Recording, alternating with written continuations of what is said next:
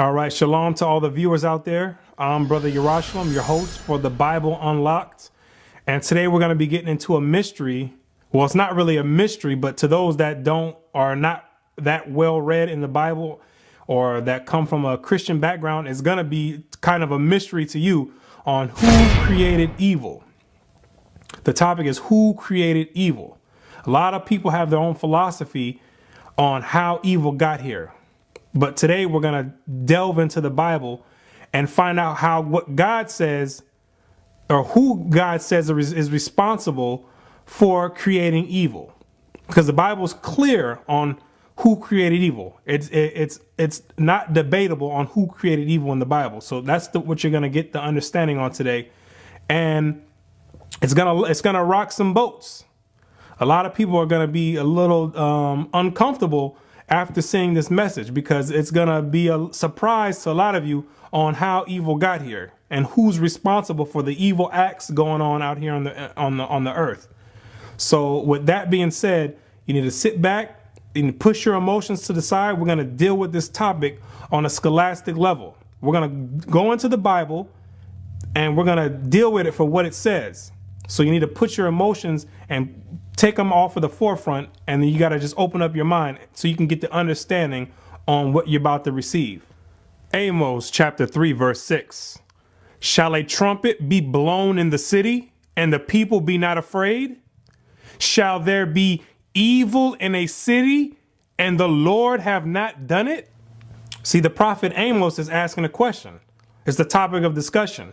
He says, shall there be evil done in a city, and the Most High God is not responsible for doing it? It's a rhetorical question, but God actually answers this question himself. Isaiah 45 verse 7. I form the light. God says he's the one who forms the light. When you see the sun go up in the morning, God is the one who does that. And create darkness. And he create darkness. So when the sun goes down, God is the one responsible for allowing the darkness to happen. I make peace, and God makes peace. When it's peace in your household, when it's peace between countries, God is the one responsible for doing that. And create evil. God says he does what? And create evil. Wait, I didn't think I understood that. God says he does what? And create evil. I, the Lord, do all these things. And just in case you didn't understand, God wrote his signature on the bottom of it. He says, I, the Lord, do all these things. Not Satan, not anybody else. God says, I'm the one responsible for doing all these things. I am the great I am. Nobody else gets the glory behind doing it. I'm the one who does it. He's telling you straight out, so you don't have to there's no misunderstanding, there's no miscommunication. God is telling you straight up front, I'm the one who does this. When you see people getting killed in the streets, I'm the one who does this. When you see people getting murdered, I'm the one who does this. When you see wars going on around, I'm the one who does this. 1 Samuel 2 verse 6. The Lord killeth. See, God is telling you he's the one who does the killing. He's the one who kills. It's without a shadow of a doubt. God is telling you, the Lord killeth. He's telling you, I kill and maketh alive. And God will bring you back to life. Like when some people in the hospital, when they done got shot 20 times, God is the one who allows them to stay alive. Yeah, the doctors do the surgery, but God is the one who gives the ultimate decision on if this man can stay alive or not. The doctors play their role, but God is the one who says, spirit stay there or spirit come up. He bringeth down to the grave. Yep, like God will bring you right down to the grave. You said, nope, I don't want him living anymore. I want his soul to come down to the grave and bring it up, and he bring you right back up. People that have had heart attacks, people that have been pronounced dead, and all of a sudden 2 days later are coming out of a coma and all that. God is the one who says, you know what, it's not your time to go yet. I don't want him to die yet. The Lord maketh poor. God is the one who made the nation of Israel poor, like the so-called Negroes and Hispanics that are in the ghettos. God is the one who did that to you because you didn't want to keep his commandments. God put you in the projects, in the third ward projects, and in the slums. He's the one who put you in these places on welfare and all that. God put you there because you didn't want to listen and obey. He says he's responsible for doing it. And maketh rich. And God is the one who made all the Gentiles rich. He put them above the nation of Israel. He gave them the riches and the glory of the planet Earth for this moment of time. God is the one who did that. He gave the so-called Europeans the right to rule right now the earth. He gave them that power. It's all in his hands. He's in control of everything going on. He's the one moving everyone on the chessboard. He's moving all the figures around. Exodus 12, verse 29. And it came to pass that at midnight, the Lord smote all the firstborn in the land of Egypt. You remember the Passover? God came through and he killed all the firstborn in the land of Egypt. God is the one who did that. God is the one responsible for doing that. From the firstborn of Pharaoh that sat on his throne unto the firstborn of the captive that was in the dungeon. God killed the son of the Pharaoh, the highest ranking man, and he killed the firstborn to the ones that was in the dungeons, in prison, basically. He killed their firstborn as well, too. He didn't discriminate between the high class and the low class, because God is not a respective person when it comes to judgment. It doesn't matter how high lifted up you are or how low you are. If he's going to come through and he says he's going to kill all the firstborn, everybody has to die. And all the firstborn of cattle. Imagine that. What did the cattle do wrong?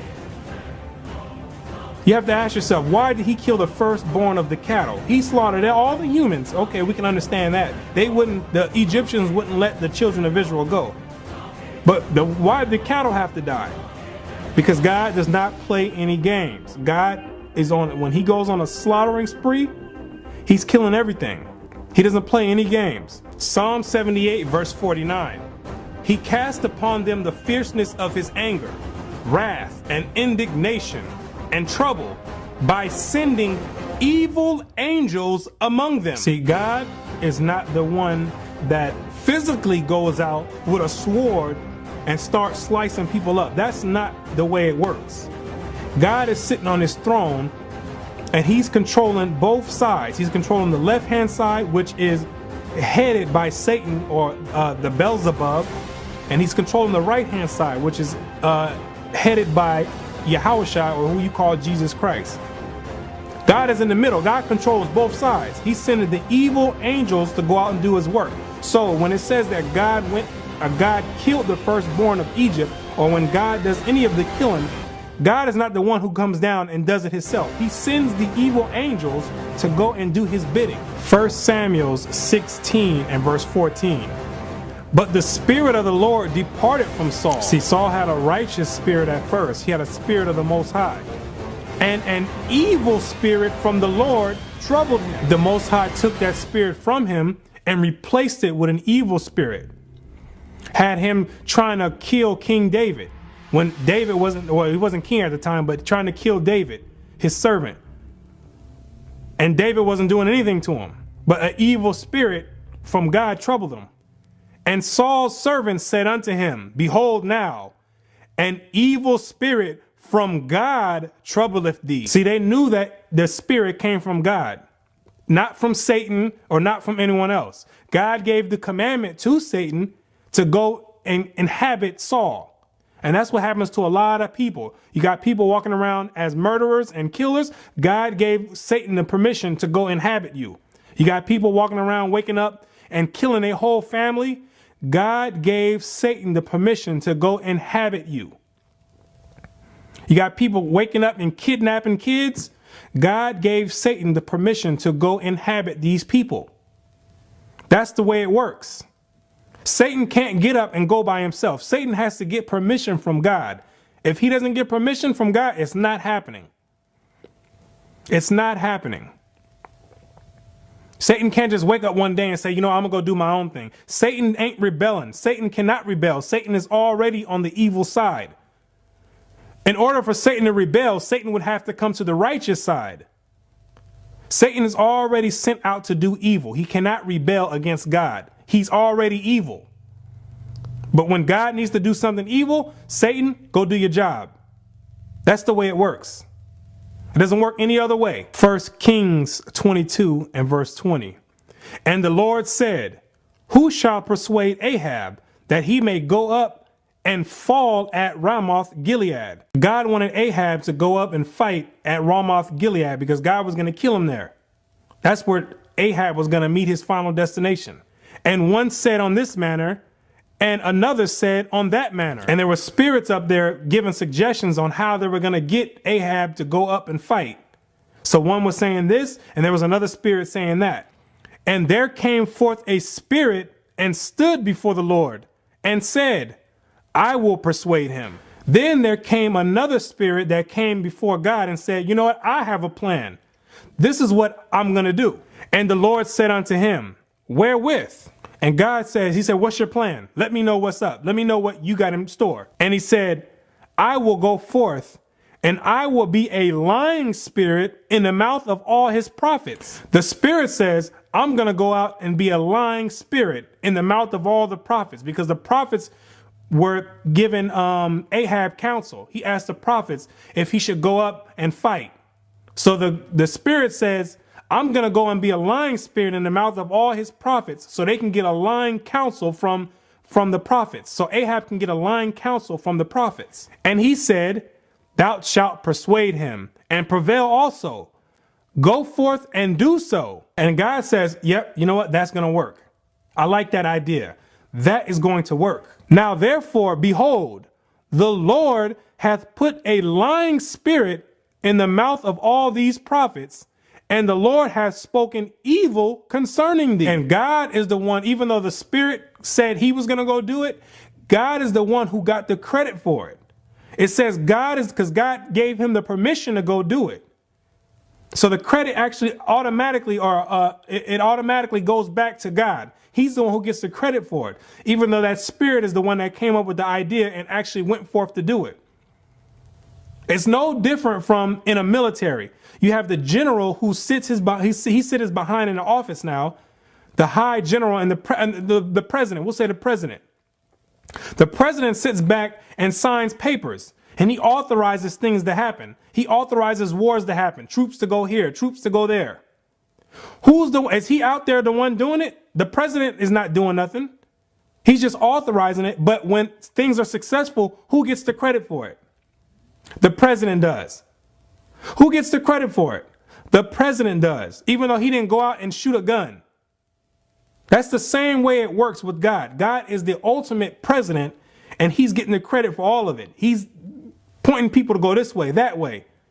Go do this work. Go do that work. And God's the one who gets the credit for it. Psalms 66 verse 5.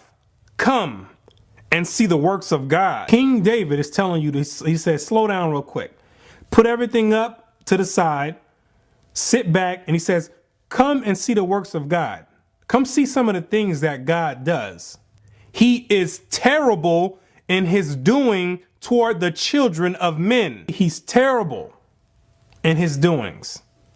When God sent the nuclear bomb over there to Hiroshima and Nagasaki, he is terrible in his doing toward the children of men. The World Trade Center, he is terrible in his doing toward the children of men. Trayvon Martin, he is terrible in his doing toward the children of men. Eric Garner, he is terrible in his doing toward the children of men. The politically motivated concentration camp over there in Germany with the fake Jews, he is terrible in his doing toward the children of men. God is terrible in the things that he does to the children of men, and people don't even consider it.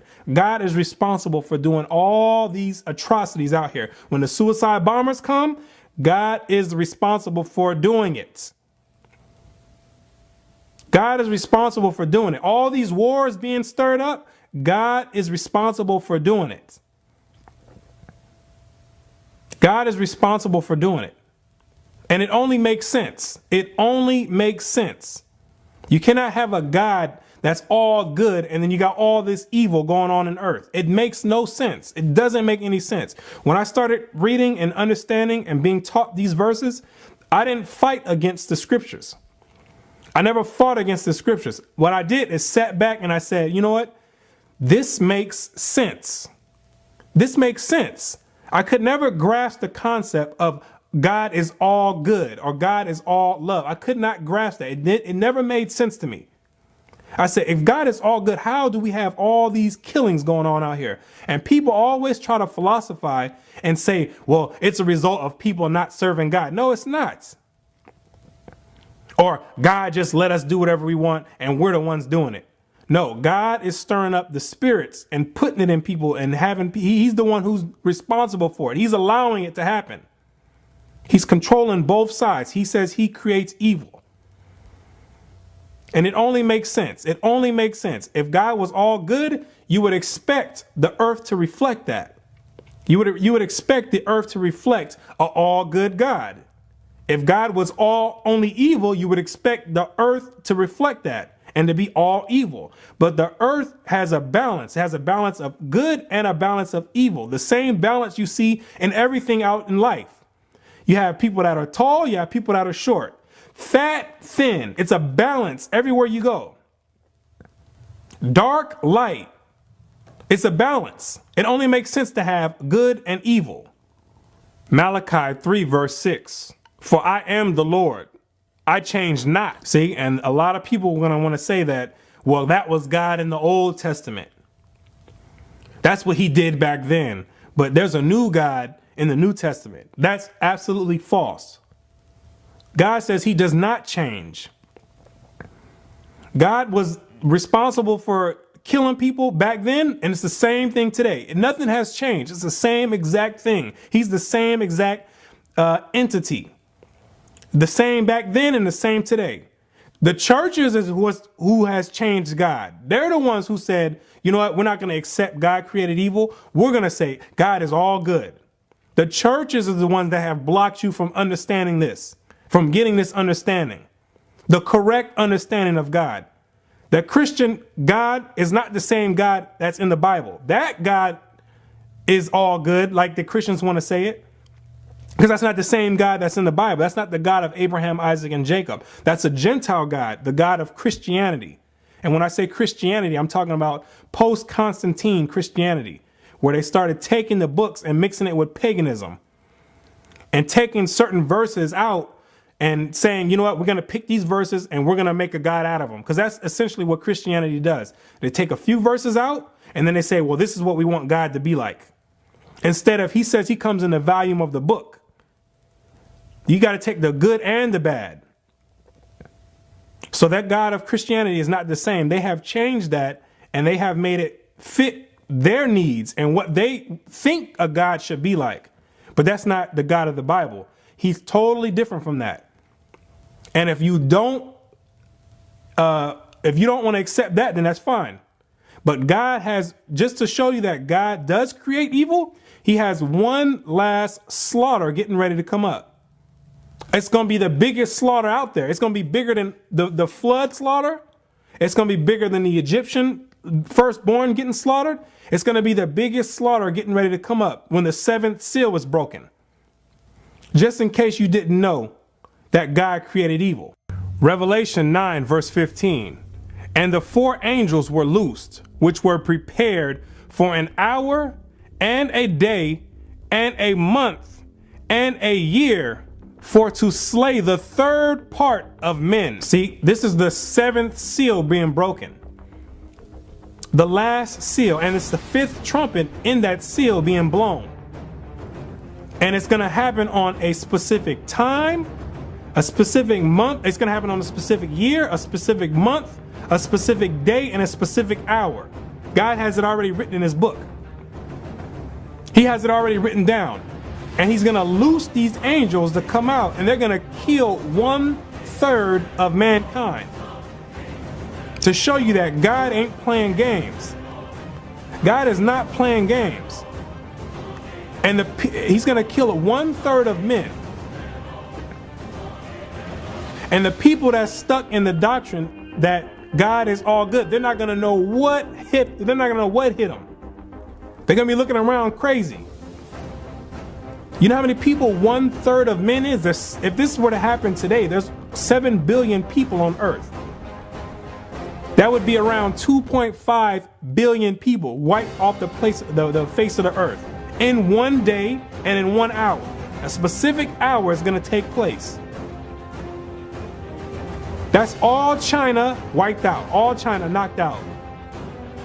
That's all America wiped off the face of the earth. That's all Brazil wiped off the face of the earth. That's all Indonesia wiped off the face of the earth. And all Russia.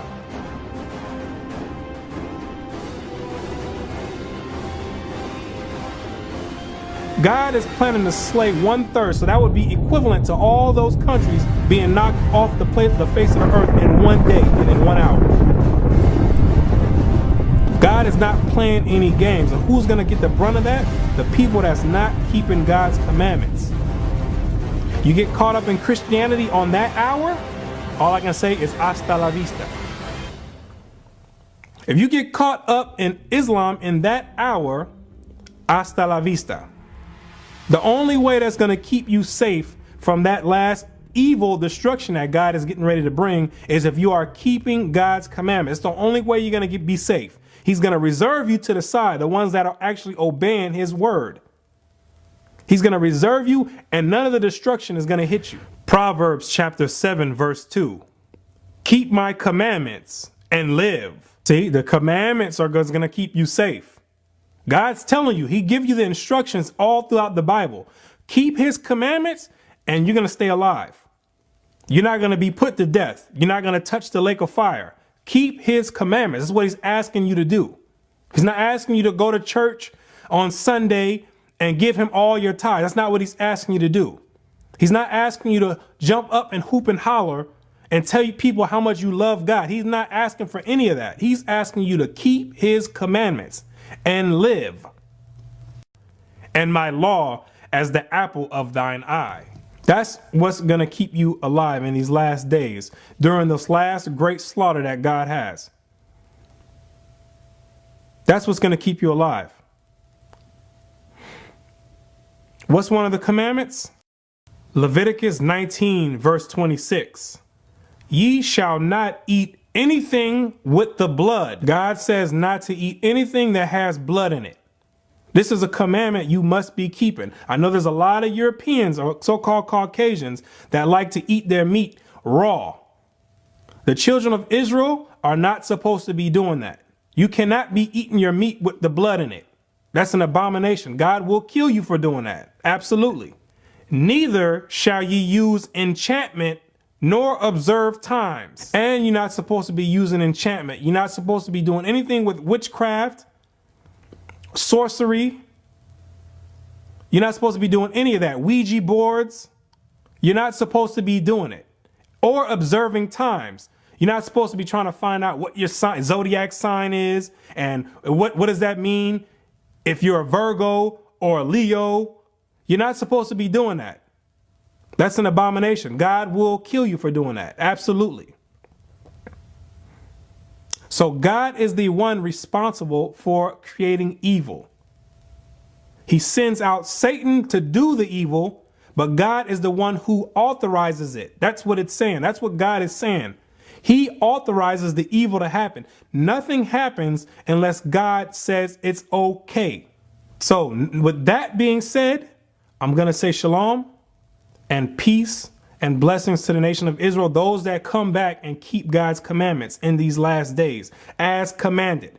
If you want to be saved from the evil and the wrath that God is getting ready to bring on this earth. You see it every day. You see God's wrath and his evil every single day. The evil that God allows Satan to go out and do.